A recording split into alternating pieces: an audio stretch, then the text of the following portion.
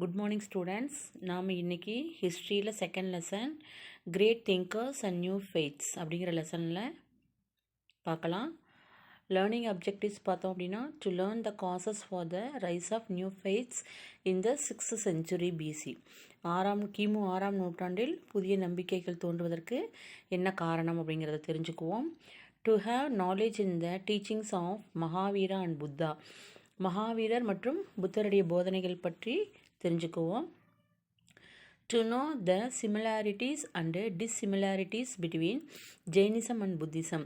சமண மதத்துக்கும் பௌத்த மதத்துக்கும் இடையே இருக்கக்கூடிய ஒற்றுமை வேற்றுமைகளை நாம் தெரிஞ்சுக்குவோம். To understand the difference between Hinayana and மகாயானா புத்திசம். அதாவது ஹீனயானம் மகாயானம் அப்படிங்கிற ரெண்டு பிரிவு இருக்கக்கூடிய அந்த புத்த மதத்தினுடைய ரெண்டுக்கும் இருக்கக்கூடிய வேறுபாடுகளை நம்ம தெரிஞ்சுக்குவோம். To know the influence of Jainism and Buddhism in Tamil Nadu. தமிழகத்தில் சமணமும் பௌத்தமும் எப்படி செல்வாக்கை பெற்று இருந்துச்சு அப்படின்னு சொல்லிட்டு நாம் தெரிஞ்சுக்க போகிறோம். Intellectual அவாக்னிங். The 6th century BC is regarded as an important period in the history of ancient India. அதாவது ஏன்ஷியன்ட் இந்தியாவில் பார்த்தோம், பழங்கால இந்திய வரலாற்றில் ஒரு முக்கியமான காலகட்டம் அப்படிங்கிறது எது அப்படின்னா கிமு 6ஆம் நூற்றாண்டை குறிப்பிடலாம். as a landmark period in the intellectual and spiritual development in India, historian Will Durant has rightly called it the shower of stars. அதாவது இந்த கிமு 6ஆம் நூற்றாண்டை 6ஆம் நூற்றாண்டில் இந்தியாவினுடைய அறிவு மற்றும் ஆன்மீக வளர்ச்சியின் அடையாள சின்னமாக விளங்குகிறது. இந்த 6ஆம் நூற்றாண்டு விளங்குது. அது மட்டும் இல்லாமல் வரலாற்று அறிஞர் வில் டூராண்ட் அவர் என்ன சொல்கிறார் இந்த காலத்தை அப்படின்னா, நட்சத்திரங்களின் மழை அப்படின்னு சொல்லிட்டு வர்ணிக்கிறாரு. ஷவர் ஆஃப் ஸ்டார்ஸ் அப்படின்னு சொல்லிட்டு இந்த 6ஆம் நூற்றாண்டு வில் டூரண்ட் அப்படிங்கிறவர் வர்ணிக்கிறார்.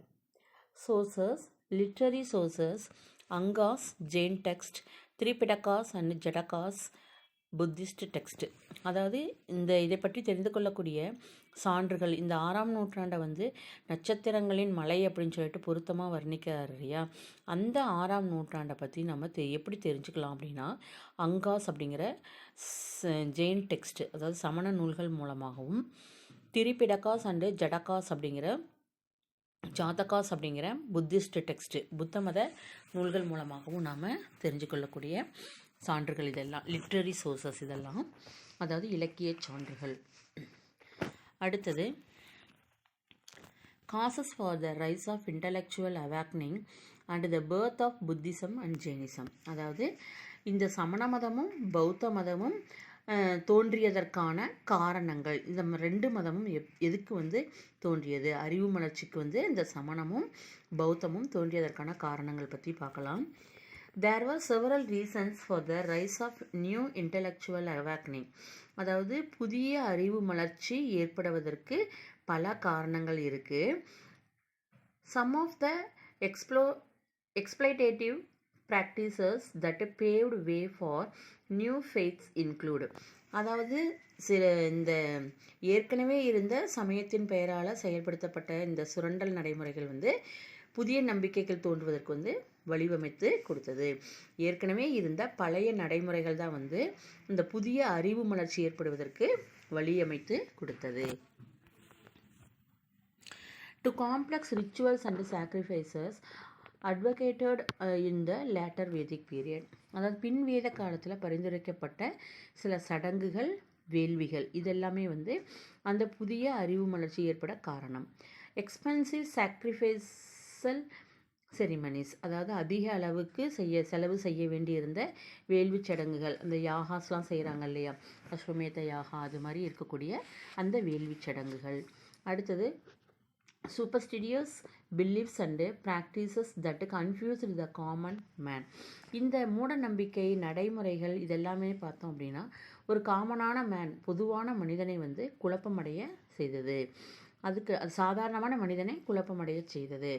அடுத்தது உபனிஷாட்ஸ் taught as alternative to sacrificial rites were too philosophical which a layperson could not understand. அதாவது சாதாரண மக்களால் இந்த வேள்வி சடங்குகளுக்கு மாறாக கற்பிக்கப்பட்ட அந்த உபநிடதங்கள், தத்துவங்கள் இதெல்லாமே வந்து சாதாரண மக்களால் வந்து புரிஞ்சு கொள்ள முடியல, அவங்களால அண்டர்ஸ்டாண்ட் பண்ணிக்க முடியல. அடுத்து slavery, caste system, gender discrimination also contributed to the new awakening. அடிமை முறை, ஜாதி முறை, அடுத்தது பாலியல் பாகுபாடு, அதுக்கப்புறம் இதெல்லாமே வந்து இந்த புதிய விழிப்புணர்வு வந்து தோன்றுவதற்கு காரணமாக இருந்தது. அப்போ புதிய அறிவு மலர்ச்சி ஏற்பட பல காரணங்கள் இருந்துச்சு. அந்த பல காரணங்கள் வந்து பார்த்தோம் அப்படின்னா சிக்கலான வேள்வி சடங்குகள், அதுக்கப்புறம் அதிகமாக செலவு செய்யக்கூடிய வேள்வி சடங்குகள், அதுக்கப்புறம் இந்த மூட நம்பிக்கைகள்லாம் வந்து பார்த்தோம் அப்படின்னா சாதாரண எளிய மக்களுக்கு வந்து அது புரியாத வகையில் இருந்தது. அது மட்டும் இல்லாமல் ஒரு குழப்பமான சூழ்நிலையை வந்து அவங்களுக்கு ஏற்படுத்தியது. அதுக்கப்புறம் அந்த வேள்வி சடங்குகளுக்கு மாற்றாக கற்பிக்கப்பட்ட உபநிடதங்களும் தத்துவங்களும் வந்து சாதாரண மக்களால் புரிஞ்சிக்க முடியல. அதுக்கடுத்தது அடிமை முறை, ஜாதி முறை மற்றும் இந்த பாலியல் பாகுபாடுகள்லாம் இது எல்லாமே தான் வந்து அந்த புதிய அறிவு மலர்ச்சி ஏற்பட காரணமாக இருந்தது. அடுத்தது ஆரிஜின் ஆஃப் ஜெயினிசம். சமண மதம் வந்து தோன்றியது. Jainism is one of the world's oldest living religions. அதாவது இப்போ உலகத்தில் வந்து மிக பழமையானது, இப்போவும் தற்போதும் வாழ்ந்து கொண்டிருக்கக்கூடிய மதங்களில் சமண மதமும் ஒன்று. Jainism grounds it self in 24 தீர்த்தங்கராஸ்.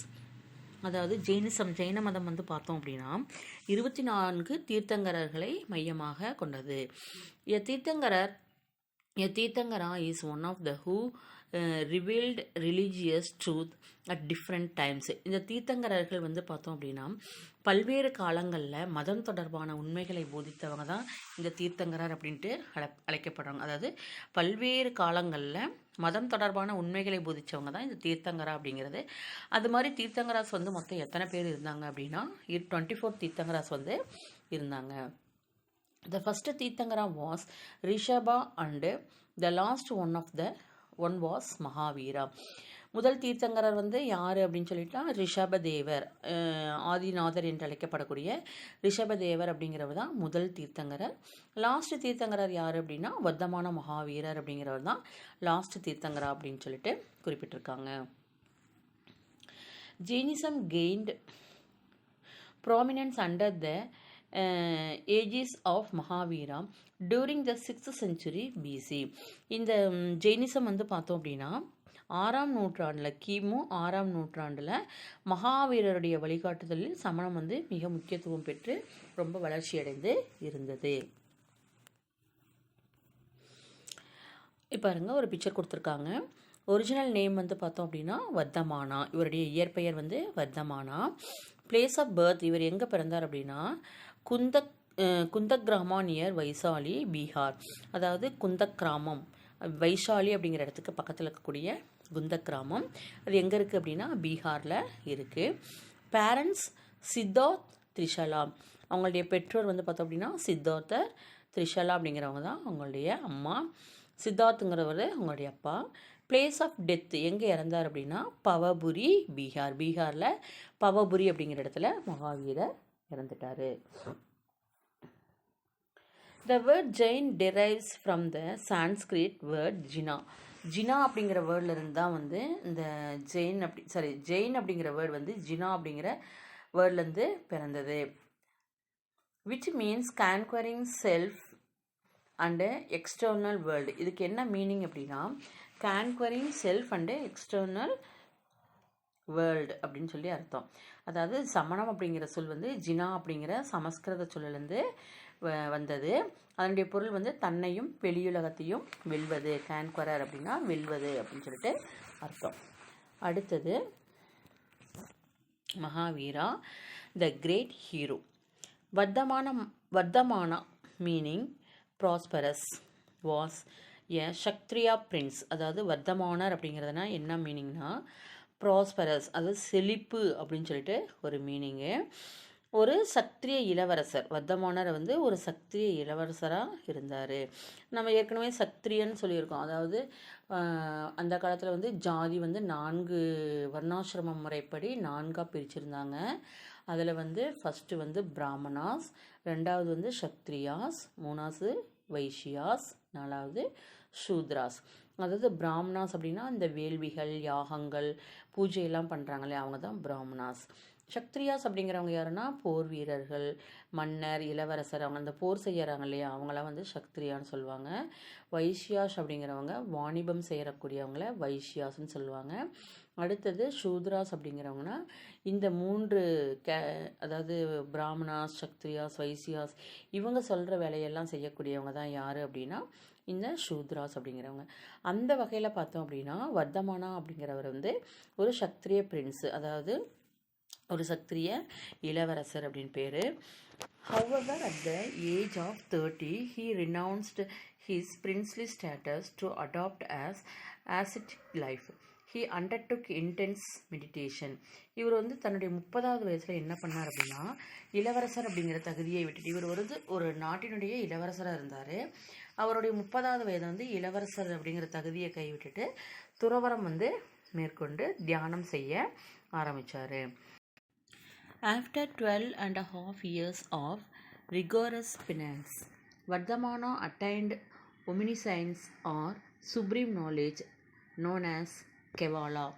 அதாவது அதுக்கு பின்னாடி 12.5 ஆண்டு கால கடுமையான தவத்துக்கு பின்னாடி அவர் வந்து அதிகமான அறிவை, எல்லையற்ற அறிவை வந்து அடைந்தார்.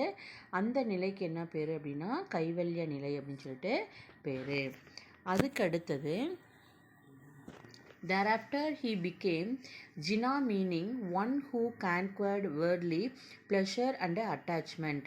அதாவது இவரை வந்து ஜினா அப்படின்னு சொல்லிட்டு ஆயிட்டாரு. ஜினா அப்படின்னு சொல்லிட்டு இவரை அழைச்சாங்க. இவரை பின்பற்றியவர்கள் வந்து என்னன்னு சொன்னாங்க அப்படின்னா his followers are called Jains. இவரை பின்பற்றியவர்கள் வந்து சமணர் என்று அழைக்கப்பட்டனர்.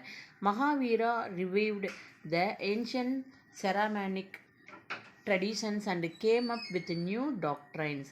அதாவது மகாவீரர் வந்து பண்டைய சிரமானிய மரபுகளை மறு ஆய்வு செஞ்சார்.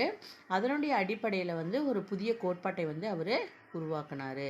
Therefore he is believed to be the real founder of Jainism. அதனால் வந்து இவர் தான் வந்து உண்மையிலேயே இந்த சமணத்தை உருவாக்கியவர் அப்படின்னு சொல்லிட்டு நம்புகிறாங்க. இன்றைக்கி கிளாஸ் வந்து இதோட முடிஞ்சது. மீதி இருக்கக்கூடிய பாடத்தை வந்து நாம் நெக்ஸ்ட் கிளாஸில் பார்க்கலாம். Thank you students.